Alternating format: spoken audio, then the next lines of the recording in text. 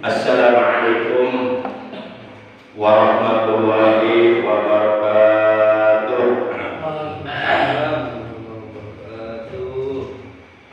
A'udzu billahi minasyaitonir rajim. Bismillahirrahmanirrahim.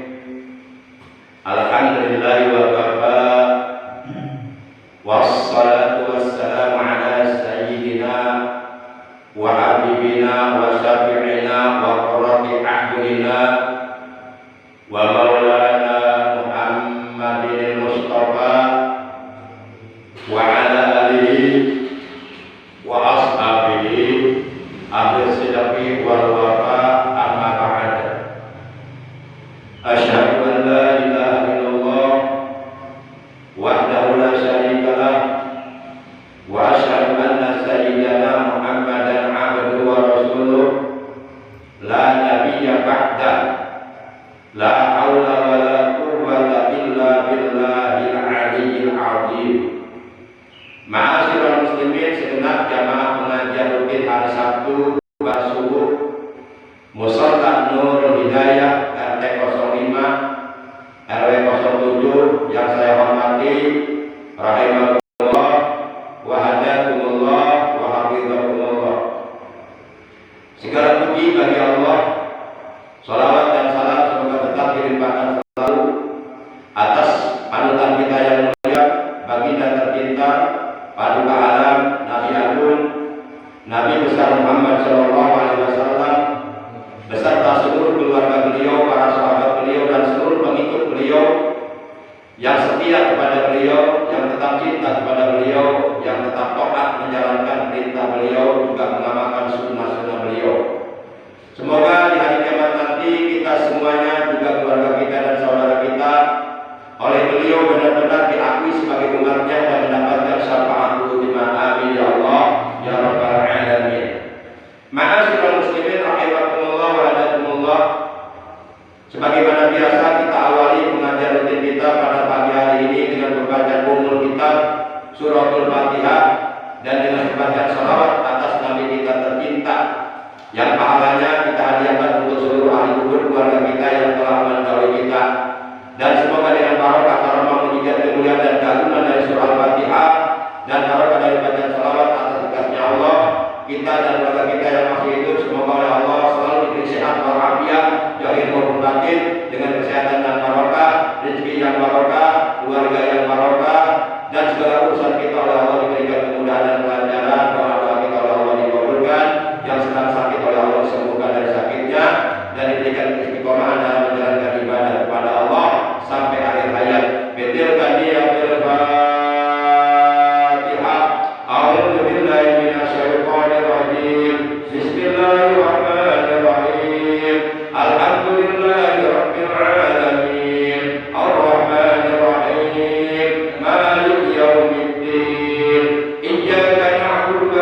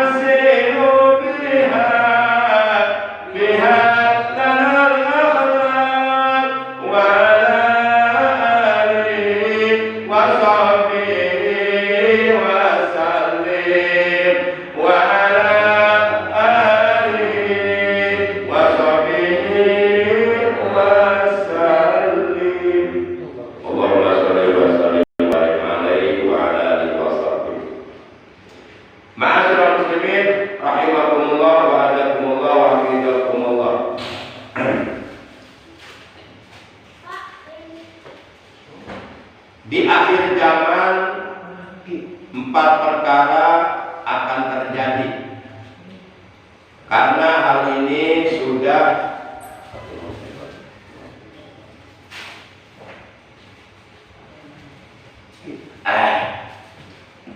disinyalir oleh baginda Nabi besar Muhammad SAW dalam sebuah hadis. Adapun 4 perkara tersebut yang akan terjadi di hari kiamat. Pertama, Islam nanti tinggal namanya saja. Yang kedua, Al-Quran tinggal tulisannya saja. Yang ketiga, masjid-masjid dibangun dengan megah tapi kosong, sepi. Tidak ada yang mau memakmurkan. Yang keempat, akan muncul manusia terjahat sealam jagat raya, yaitu ulama busuk, ulama yang busuk. Yang 4 perkara ini akan terjadi di akhir zaman, dan hal ini adalah merupakan tanda-tanda kiamat sughra. Tanda-tanda bahwa kiamat akan semakin dekat terjadi. Rasulullah SAW beliau telah bersabda, sayati zamanun ala ummati la yabqal Islam illa ismuhu wala minal Qur'ani illa rasmuhu wa masajiduhum amiratun wa hiya qarabun minal hadi wa syarru man tahta alilis sama' al-ulama usul min indihim takhrujul fitan wa ta'udu bihim. Rasulullah SAW dalam hadis ini beliau bersabda, sayati akan datang. Itu sayati menurut ilmu nahwu, menurut ilmu tata bahasa Arab, itu adalah fi'il mudhari yang di awal kalimatnya terdapat sin tanfis. Sin tanfis itu menunjukkan zaman mustaqbal, menunjukkan waktu akan. Jadi sayati artinya akan datang. Opo zamanun, suatu zaman, suatu masa, ala ummati, atas umatku. La yabqa, tidaklah tinggal, tidaklah kekal, minal Islam, dari ajaran Islam, illasmu, melainkan nanti Islam hanya tinggal nama saja. Wala minal Qur'an illa rasmu, dan tidaklah tinggal, tidaklah kekal daripada Al-Quran, melainkan Al-Quran nanti tinggal tulisannya saja. Wa masajiduhum, dan bermula masjid-masjid yang mereka bangun, amiratun wahya kharabu minal hadi, megah, merkiswa, mentereng, bahkan sampai berlantai-lantai dengan menghabiskan biaya miliaran, akan tetapi sunyi dari hidayah Allah. Kemudian seburuk-buruknya makhluk di kolong langit adalah al-ulama usuk, ulama yang busuk, ulama yang hilang rasa takutnya kepada Allah sampai berani merubah hukum-hukum Allah yang telah digariskan oleh Allah dalam Al-Quran, sampai berani menghalalkan yang haram dan mengharamkan yang halal, bahkan sampai berani menghalalkan segala macam cara untuk mencapai tujuannya, untuk mencapai keinginannya, di mana ulama usul ini lebih berbahaya daripada Dajjal. Dan ulama usul ini termasuk pasukan Dajjal sebelum Dajjal muncul. Para jamaah yang dimuliakan oleh Allah Subhanahu wa Ta'ala, yang pertama yang akan terjadi, la yaqbal Islam illa ismuhu, tidaklah tinggal daripada ajaran Islam melainkan Islam nanti tinggal namanya saja. Artinya nanti di akhir zaman akan terjadi bahwa umat Islam banyak, mayoritas, tapi mereka sama-sama mulai menjauhkan diri dari ajaran Islam. Mereka terkontaminasi dengan budaya-budaya barat, budaya-budaya kafir. Bahkan nanti di akhir zaman tidak sedikit orang-orang yang notabene mengaku beragama Islam, tapi akhlaknya, perbuatannya, kelakuannya persis seperti kelakuan orang-orang kafir. Sehingga pada saat itu Islam hanya tinggal nama. Dan nanti di akhir zaman banyak orang-orang yang notabene ngaku Islam, tapi mereka sama-sama melalaikan perintah sholat, mengabaikan perintah sholat 5 waktu, sama-sama meninggalkan perintah sholat 5 waktu. Padahal sholat 5 waktu ini adalah merupakan sendi dasar agama Islam yang paling mendasar. Dan tidak ada Islam apabila di suatu kampung orang-orang Islamnya sama-sama meninggalkan sholat. Akhirnya Islam tinggal nama saja. Para jamaah yang dimuliakan oleh Allah Subhanahu wa Ta'ala, maka oleh karenanya kita berkewajiban untuk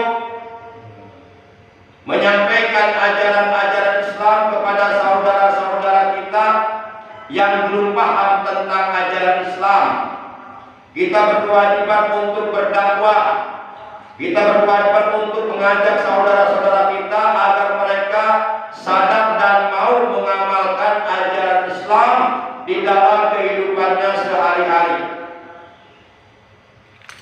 Nah, ini yang pertama, la yaqbal Islam illa ismuhu, tidaklah tinggal daripada ajaran Islam melainkan yang tinggal Islam hanya tinggal nama saja. Umat Islam banyak, tapi centang-pentang. Umat Islam banyak, mayoritas, tapi tidak punya daya dan kekuatan. Bercerai-berai, berkelompok-kelompok, tidak ada persatuan dan kesatuan yang kuat. Umat Islam banyak, tapi bagaikan buih di lautan, mudah diombak-ambing oleh gelombang ombak lautan. Pada saat itu musuh-musuh Islam akan menyerang Islam. Dan sebenarnya Islam sekarang sudah diserang dari berbagai aspek kehidupan, baik aspek politiknya, ekonominya, sosialnya, budayanya, pertahanannya, keamanannya. Maka oleh karena itu seyogianya lah kita umat Islam agar merapatkan menguatkan barisan, memperkuat, memperkokoh tali ukhuwah Islamiyah, memperkuat, memperkokoh persatuan dan kesatuan umat Islam.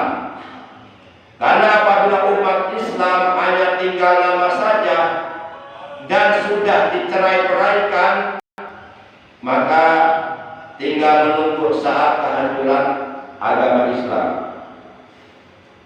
Setiap kita orang-orang yang beriman wajib mempertahankan keislaman kita sampai mati, walaupun nyawa taruhannya.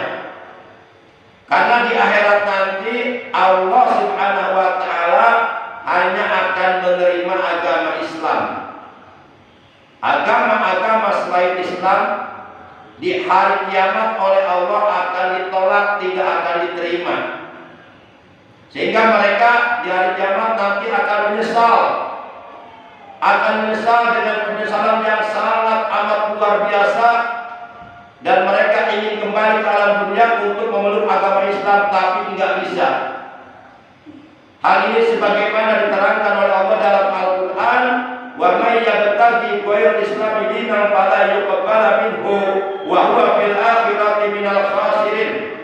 Dan barang siapa yang mencari atau memegang atau menganut agama selain agama Islam, fala yuqbala minhu, maka sekali-kali tidak akan diterima darinya agamanya, wa huwa fil akhirati minal khasirin, dan dia di akhirat akan termasuk ke dalam golongan orang-orang yang merugi. Bukankah dalam Al-Quran surat 3 Ali Imran juz 4 ayat 102 Allah sudah wanti-wanti berpesan kepada seluruh orang-orang yang beriman, di mana dalam ayat tersebut Allah Subhanahu wa taala telah berfirman, ya ayyuhalladzina amanu ittaqullaha haqqa tuqatih wa la tamutunna illa wa antum muslimun. Hai orang-orang yang beriman, bertakwalah kalian kepada Allah, sempurnakan iman kalian dengan bertakwa kepada Allah, hiasi diri kalian dengan ketakwaan kepada Allah, buktikan keimanan kalian kepada Allah dengan cara bertakwa kepada Allah, komitmen, konsisten untuk tetap istiqomah, menjalankan perintah-perintah Allah dan menjauhi larangan-larangan Allah, dimanapun, kapanpun, dalam keadaan bagaimanapun, dan dalam situasi kondisi apapun, tetap kita harus istiqomah, komitmen untuk menjalankan perintah-perintah Allah dan menjauhi larangan-larangan Allah, dalam rangka untuk menyempurnakan keimanan kita kepada Allah. Karena di akhirat nanti Allah hanya akan menerima iman seseorang apabila imannya sempurna. Haqqa tuqatih, dengan takwa yang sebenar-benarnya takwa kepadanya. Kemudian di penghujung ayat Allah berpesan kepada orang-orang yang beriman, wala tamutunna illa wa antum muslimun, dan janganlah sekali-kali kalian mati kecuali dalam keadaan beragama Islam. Karena di akhirat, di hari kiamat, Allah hanya akan menerima agama Islam, sementara agama-agama yang lainnya oleh Allah tidak akan diterima, dan mereka pasti semuanya besar dan akan ditempatkan di neraka. Na'udzubillah min dzalik. Di penghujung ayat berbunyi, wala tamutunna illa wa antum muslimun, dan janganlah sekali-kali kamu mati kecuali dalam keadaan beragama Islam. Allah Subhanahu wa taala melarang kepada kita mati dalam keadaan kafir. Kalau kita melihat keterangan di dalam kaidah usul fikih, an-nahyu bisyai'in amrun dhiddihi. Larangan terhadap sesuatu itu hakikatnya adalah perintah dari lawanannya. Kalau dalam ayat ini Allah melarang kita mati dalam keadaan kafir, itu hakikatnya Allah memerintahkan kepada kita agar kita menjaga keimanan kita, agar kita menjaga keislaman kita, agar kita menjaga ihsan kita sampai terbawa mati. Jangan sampai kita mati dalam keadaan tidak membawa iman, tidak memegang agama Islam dan tidak dalam keadaan ihsan. Ma'asyiral muslimin rahimakumullah wa hadakumullah. Di akhir zaman ini banyak orang-orang Islam, mungkin oleh karena kebodohan mereka tentang ilmu agama, atau kadang-kadang juga sebenarnya mereka paham mengerti, tapi realitanya mereka justru, kalau kita perhatikan dari ucapan-ucapannya, perbuatan-perbuatannya, ternyata ucapan-ucapannya, perbuatan-perbuatannya menjurus kepada kemurtadan. Sehingga sadar atau tidak sadar, sebenarnya mereka telah keluar dari agama Islam. Mereka telah merusak keislamannya sendiri dengan ucapannya, dengan perbuatannya. Nah, kita diperintahkan oleh Allah untuk menjaga keislaman kita, jangan sampai kita melakukan perkara-perkara yang dapat menyebabkan kita murtad keluar dari agama Islam, baik ucapan kita maupun perbuatan kita maupun i'tiqad di dalam hati kita. Karena apabila kita tidak mampu menjaga ucapan kita dari ucapan-ucapan yang menjurus kepada kemurtadan, tidak mampu menjaga perbuatan-perbuatan kita dari perbuatan-perbuatan yang menjurus kepada kemurtadan, dan tidak mampu menjaga hati kita dari i'tiqad yang menjurus kepada kemurtadan, maka kemungkinan besar kita akan jatuh ke dalam kemurtadan. Dan apabila kita sudah murtad, keluar dari agama Islam, mati dalam keadaan kafir, maka di akhirat kita akan menjadi ashabun nar, akan menjadi para penghuni neraka, akan menjadi bahan bakar api neraka, akan sengsara, akan menderita, akan disiksa selama-lamanya di neraka.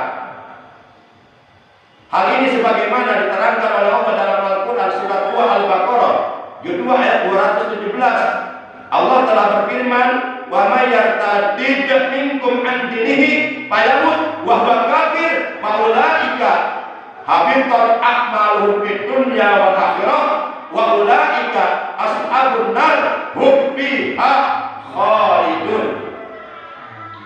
Kata Allah dalam ayat ini, waman dan barang siapa yang tadi yang murtad, baik murtad qauli sebangsa ucapan maupun murtad fi'li sebangsa perbuatan maupun murtad i'tiqadi di dalam hati, wa may yartadid dan barang siapa yang murtad an dinihi minkum di antara kalian an dinihi keluar dari agamanya agama Islam, fayamut lalu ia mati bahwa kafir dan ia mati dalam keadaan kafir, faulaika habitat a'malun fid dunya wal akhirah, kata Allah, maka mereka itulah orang-orang yang amalnya sia-sia, yang amalnya sirna, yang amalnya terhapus semuanya, seluruh kebaikan-kebaikannya, ibadah-ibadahnya, amal soleh-nya yang pernah dilakukannya selama hidupnya di alam dunia, dari mulai balik hingga ia mati dalam keadaan murtad, itu semuanya hilang, sirna, terhapus, didelete oleh Allah Subhanahu wa taala menjadi sia-sia. Wa ulaika ashabun nar, dan mereka itulah para penghuni neraka. Hum fiha khalidun, mereka kekal di dalam neraka untuk selama-lamanya, dibakar, la yamutu fiha wa la yahya, mereka dibakar dalam neraka dengan api neraka yang panas menyala-nyala berkobar-kobar, tidak hidup, tidak mati, diadukul azab supaya mereka dapat merasakan betapa alangkah dahsyatnya azab Allah di neraka. Na'udzubillah min dzalik. Maka kita berkewajiban untuk menjaga iman kita. Salah satu di antara untuk menjaga keimanan kita, keislaman kita, ihsan kita, di antaranya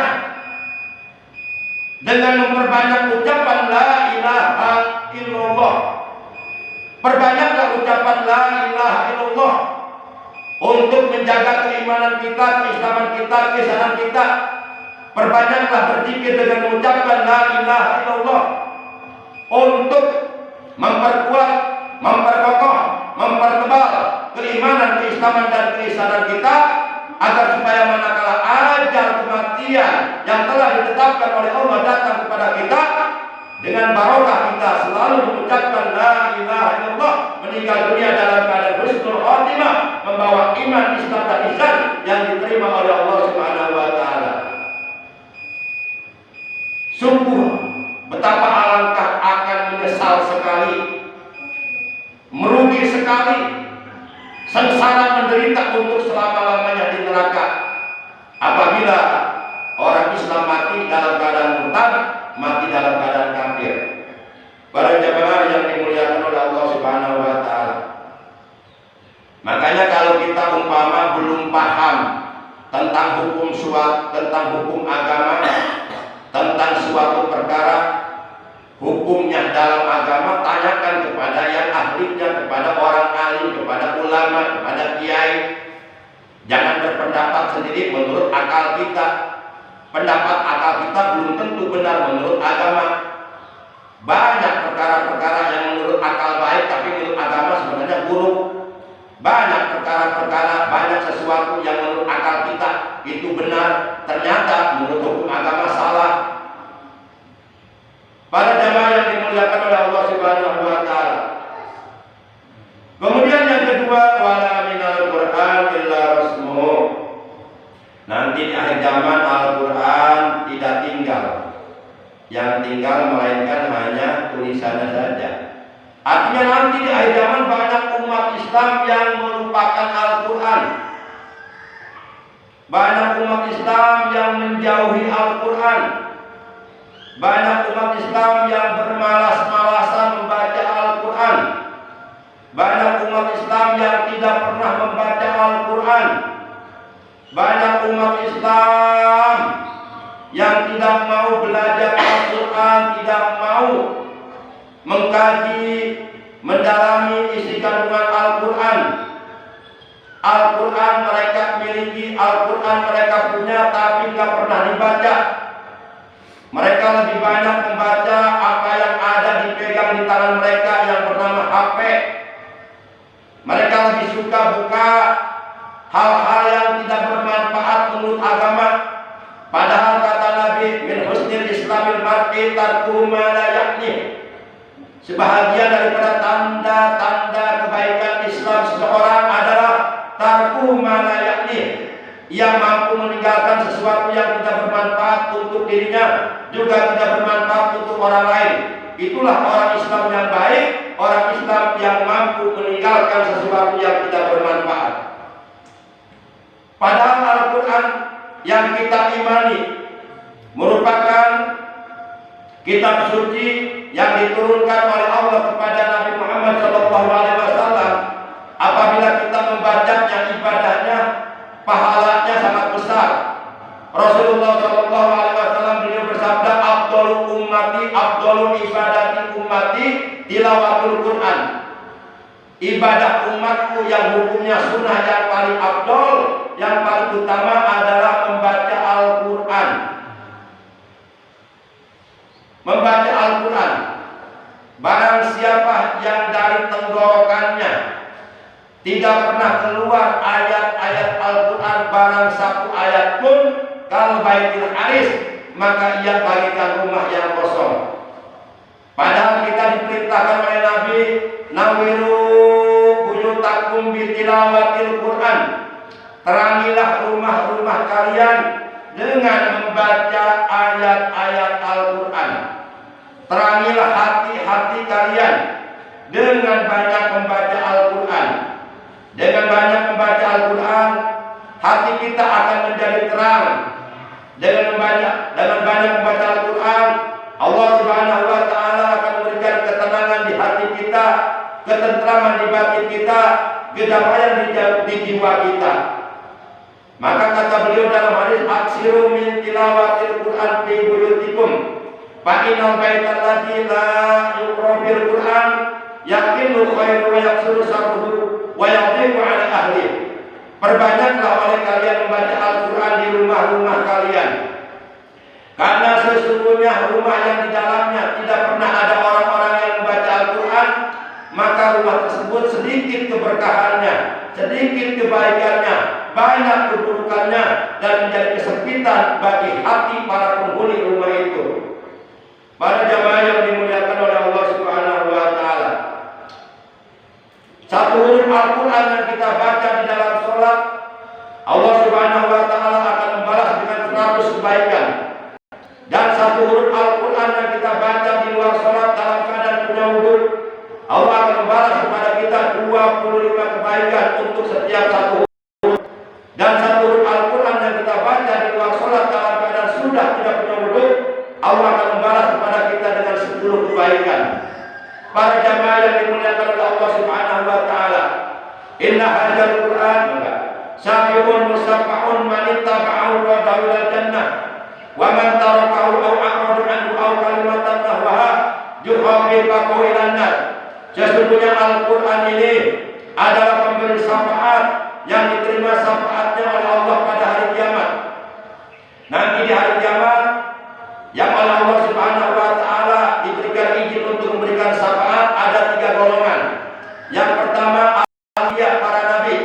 Yang kedua para ulama, dan yang ketiga Al-Quran yang kita baca di hari kiamat akan datang kepada kita memberikan syafaat dan akan menuntun tangan kita ketika kita melintas di atas jembatan kawat darurat menuju surga yang di bawahnya api neraka berkobar-kobar.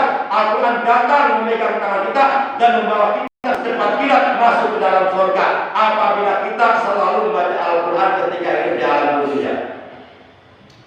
Para jamaah yang dimuliakan oleh Allah Subhanahu wa taala, dan ini realita. Berapa banyak umat Islam yang jauh dari Al-Quran? Jangankan orang-orang yang nggak pernah ngaji, kadang-kadang orang-orang yang ahli ngaji juga jangan baca Quran. Padahal mereka bisa baca Quran, tapi kemampuan mereka membaca Quran tidak dimanfaatkan. Jadi ilmunya nggak bermanfaat, sayang. Dulu waktu kecil kita belajar baca Quran, pengen bisa baca Quran. Setelah kita oleh Allah diberikan kemampuan untuk bisa baca Quran, malah justru kita malas-malasan membaca Quran. Kan sayang ilmunya tidak dimanfaatkan. Sayang sekali. Minimal paling tidak setiap hari kita baca Quran biasakan 200 ayat. Itu bagi yang sudah lancar baca Qurannya, yang sudah fasih baca Qurannya. Biasakanlah, istiqomahkanlah, dawamkanlah setiap hari untuk selalu membaca Quran 200 ayat. Sediakan waktu khusus barang beberapa menit untuk menuntaskan 200 ayat. Insya Allah orang yang selalu membaca Quran akan dimuliakan oleh Allah hidupnya dunia dan akhirat. Kelak orang-orang yang cinta Al-Quran dan selalu membaca Al-Quran, bahkan mereka paham isinya, bahkan mengamalkan isi kandungan Al-Quran di dalam kehidupannya sehari-hari, sehingga Al-Quran benar-benar menjadi pemimpin bagi dirinya, maka Al-Quran yang seperti ini, insya Allah orang yang seperti ini, bi'idznillah yauma la zilla illa zilluh, nanti pada hari kiamat dia akan berada dalam naungan rahmat Allah, di mana pada hari itu seluruh manusia akan kepanasan, tapi hamalatul Quran, orang-orang yang cinta dan suka membaca Al-Quran akan berada di bawah arasy Allah, dikumpulkan bersama orang-orang mulia, yaitu para nabi, para rasul, para siddiqin, para syuhada, para sholihin dalam keadaan sejahtera. Dan Al-Quran yang kita baca kelak di alam kubur, manakala kita sudah berada di alam kubur, akan menerangi alam kubur kita, akan membuat alam kubur kita menjadi luas, lapang, dan menjadikan taman daripada taman-taman surga. Jadi membaca Al-Quran itu ibadah sunnah tapi paling afdal. Para jamaah yang dimuliakan oleh Allah, jadi kita harus menyediakan waktu secara khusus untuk bisa membaca Quran tiap hari 200 ayat. Itu bagi yang sudah lancar baca Qurannya, bagi yang sudah fasih baca Qurannya. Adapun bagi orang Islam yang belum bisa baca Quran atau hanya baru bisa sedikit dan membaca Qurannya terbata-bata, banyak kesalahannya, cukup baca tiap hari surat Al-Ikhlas 50 kali. Karena surat Al-Ikhlas itu 4 ayat. Kalau kita baca 50 kali berarti 4 kali 50 sama dengan 200 ya. Benar ya? Nah, itu bagi yang bacanya belum benar. Dawamkan baca Qul tiap hari 50 kali. Jangan sampai Al-Quran tinggal tulisan saja. Punya Al-Quran, punya. Selalu dibaca, agak. Diapain aja, dipajangin doang di lemari. Terus kapan bacanya? Setahun sekali. Kapan itu? Bulan Ramadan. Itu pun kalau keburu.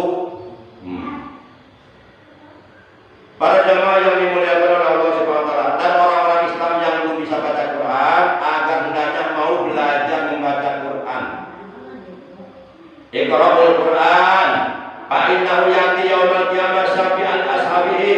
Bacalah oleh kalian Al-Qur'an, karena Al-Qur'an akan datang di hari kiamat memberikan syafaat bagi orang-orang yang suka membaca Al-Qur'an.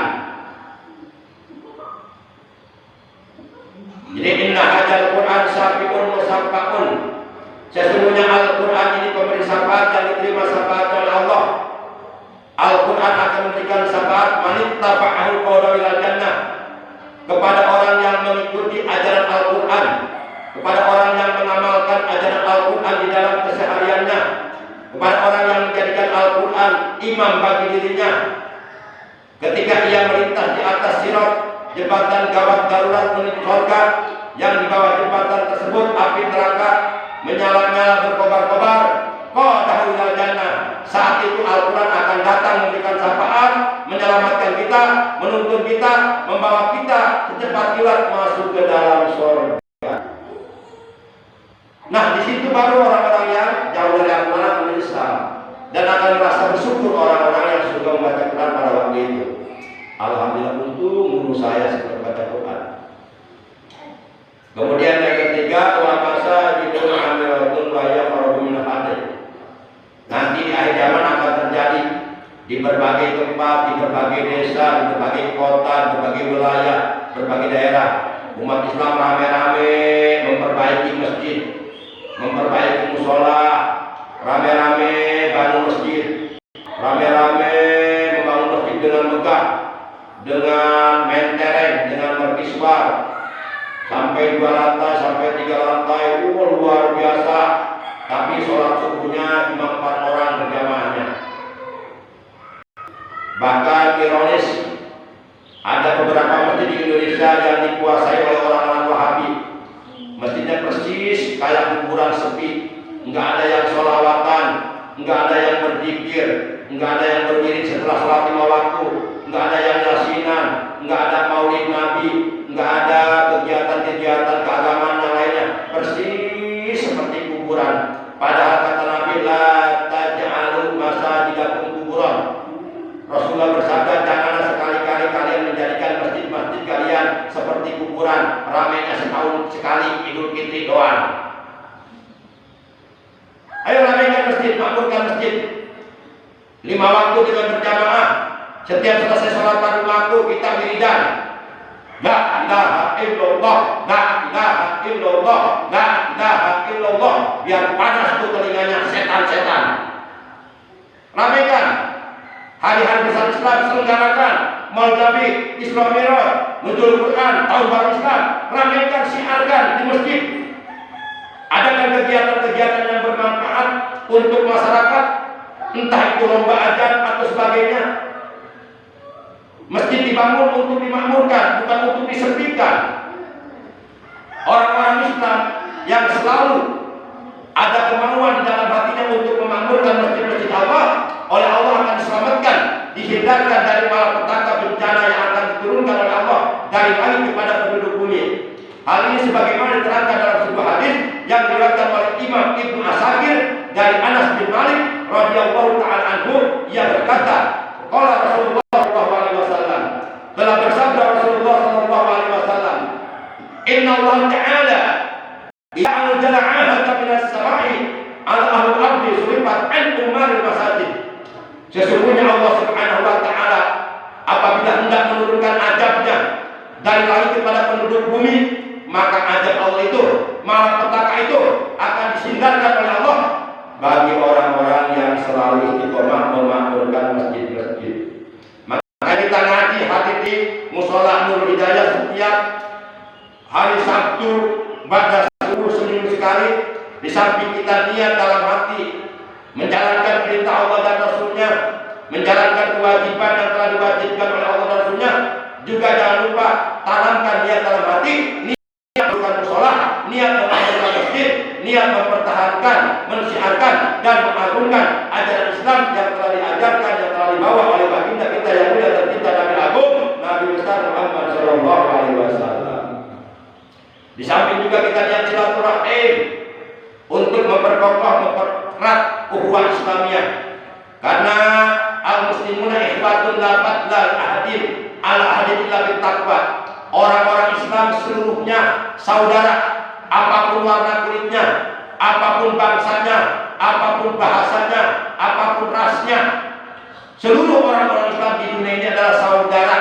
Bagikan sebuah bangunan antara yang satu dengan yang lainnya, saling menguatkan. Seluruh orang Islam di dunia ini saudara. Bagikan sebuah tubuh, apabila salah satu anggota tubuh merasa sakit, maka rasa sakit itu akan dirasakan oleh seluruh tubuh. Al-muslimuna ikhwatun, orang-orang Islam di alam dunia ini seluruhnya saudara. Satu Tuhan yang disembah yaitu Allah, satu Nabi yang diikuti yaitu Nabi Muhammad SAW, satu kitab suci yang dijadikan pedoman hidup yaitu Al-Quran, satu kiblat yaitu Ka'bah. Orang-orang Islam di dunia ini seluruhnya saudara. La fadla li ahadin ala ahadin illa bittaqwa. Antara yang satu dengan yang lainnya tidak ada kelebihan. Semuanya di mata Allah sama. Yang kaya, yang miskin, pejabat, rakyat, jenderal, tokoh, semuanya di mata Allah sama. Yang membedakan kita di hadapan Allah adalah ketakwaan kita kepada Allah. Sebagaimana Allah menegaskan dalam Al-Quran, inna akramakum indallahi atqakum. Sesungguhnya yang paling mulia di antara kamu di sisi Allah, atqakum, adalah kalian yang paling bertakwa. Bukan kalian yang paling tinggi pangkatnya, bukan kalian yang paling banyak hartanya, bukan kalian yang paling banyak ilmunya, tidak. Tapi orang yang mulia di hadapan Allah, orang yang paling bertakwa kepada Allah. Ayo kita makmurkan masjid. La taj'alu masajidakum quburan. Janganlah sekali-kali kalian menjadikan masjid-masjid kalian seperti kuburan sepi. Ramainya setahun sekali Idul Fitri doang, 5 waktu sepi. Bahkan kalau umpama di suatu masjid nggak ada yang azan, nggak ada azan subuh, nggak ada azan zuhur, nggak ada azan asar, maghrib, itu kan menyedihkan banget. Buat apa itu masjid di masjid? Dibangun kalau nggak ada yang azan, nggak ada yang sholat. Na'udzubillah min dzalik. Para jamaah yang dimuliakan oleh Allah Subhanahu wa taala, dan ramaikan pengajian-pengajian rutin di masjid-masjid. Karena nyawanya harusnya masjid adalah taklim. Kalau masjid atau musola di dalamnya ada pengajian rutin walaupun seminggu sekali, berarti itu masjid hidup, ada ruhnya. Ibarat tubuh kita ada ruhnya. Kalau kita keluar kita mati. Dan salah satu di antara manfaat, faedah kegunaan adanya pengajian rutin di masjid-masjid, di musola-musola untuk membentengi jamaah masjid tersebut dari kontaminasi, dari masuknya paham-paham Wahabi, paham-paham yang selalu membid'ah-bid'ahkan. Kita bentengi masjid kita dengan ajaran akidah Ahlus Sunnah wal Jamaah. Karena ajaran akidah Ahlus Sunnah wal Jamaah satu-satunya ajaran yang dapat menyelamatkan kita dari kesesatan di dunia dan di akhirat, dari api neraka. Sebagaimana Rasulullah bersabda, wallahi nafsu Muhammadin biyadihi la tatarikuna ummati ala salatin wa sab'ina firqah wahidatun fil jannah wa sanatani wa sab'una finnar. Qila man hum ya Rasulullah? Ahlus sunnah wal jamaah. Qala ahlus sunnah wal jamaah. Demikian yang jiwa Muhammad berada dalam genggaman kekuasaan Allah. Sungguh umat di akhir zaman, umat Islam akan terpecah belah menjadi 73 golongan. Kalau Yahudi berapa? 72 golongan, Nasrani 71 golongan. Umat Islam akan terpecah menjadi 73 aliran, 73 firqah golongan. Dari 73 golongan yang akan selamat masuk surga dan dijadikan ahli surga cuma 1 golongan. Sahabat bertanya, siapa mereka? Mereka adalah kaum Ahlus Sunnah wal Jamaah. Yuk kita jaga masjid kita, musola kita yang ada di daerah kita, jangan sampai kemasukan paham-paham Wahabi. Kemudian yang terakhir, wasaru man tahta anis sama al-ghasur min indir tahsudul fitan wa ta'ulubihim. Nanti di akhir zaman akan bermunculan makhluk-makhluk terjahat, makhluk-makhluk terbusuk, lebih busuk daripada Dajjal. Siapa mereka? Mereka adalah ulama busuk, ulama busuk, ulama yang menghalalkan segala macam cara untuk mencapai tujuannya. Ulama yang rela mengorbankan agamanya untuk untuk mendapatkan jabatan. Ulama yang berani merubah hukum-hukum Allah. Yang halal dia jadikan haram, yang haram dia jadikan halal. Na'udzubillah min dzalik. Ulama seperti ini lebih berbahaya daripada Dajjal. Dallun mudillun, ulama yang seperti ini sesat dan menyesatkan. Kita tidak butuh ulama seperti itu. Tapi yang kita butuhkan adalah ulama yang warasatul anbiya, ulama yang melanjutkan, meneruskan perjuangan para nabi dalam menegakkan ajaran Allah di muka bumi. Yang kita butuhkan ulama umanul rasul, ulama yang tetap komitmen, konsisten, memegang teguh kepercayaan dari para rasul. Yang kita butuhkan ulama-ulama yang takut kepada Allah, bukan ulama-ulama yang pintar. Yang kita butuhkan bukan ulama-ulama yang detailnya berjejeran, detailnya belepotan, bukan. Kita nggak butuh detail. Yang kita butuhkan ulama yang lurus, ulama yang benar, ulama yang mengajak kita untuk bisa mencapai ridho Allah. Ulama yang bisa mengajak kita ke surga, bukan ke neraka. Nah, di akhir zaman akan bermunculan ulama-ulama sesat dan menyesatkan. Hati-hati. Makanya kita hati-hati kalau cari guru. Hati-hati. Sebab akan bermunculan di akhir zaman berbagai macam paham, berbagai macam aliran yang tidak jelas. Para jamaah yang dimuliakan oleh Allah Subhanahu wa taala. Demikian talim kita pagi hari ini, kurang lebihnya Al-Baqir mohon maaf. Terima kasih sekalian atas perhatiannya. Mudah-mudahan apa yang kita bicarakan, apa yang kita bahas dalam talim ini dari awal hingga akhir bisa dipahami dan pada awal dijadikan ilmu yang bermanfaat buat kehidupan kita, buat keselamatan kita, kebahagiaan kita dunia dan di akhirat. Dan semoga Allah memberikan kekuatan kepada kita, kekuatan iman, kekuatan Islam, ihsan, kekuatan zahir maupun batin, dan mudah-mudahan kita jadi orang-orang yang istiqomah menjalankan ibadah kepada Allah sampai akhir hayat meninggal dunia dalam keadaan husnul khatimah di bawah naungan kalimat la ilaha illallah, la ilaha illallah, la illallah Muhammadur Rasulullah. Akhirnya mari kita lanjutkan kita pagi hari ini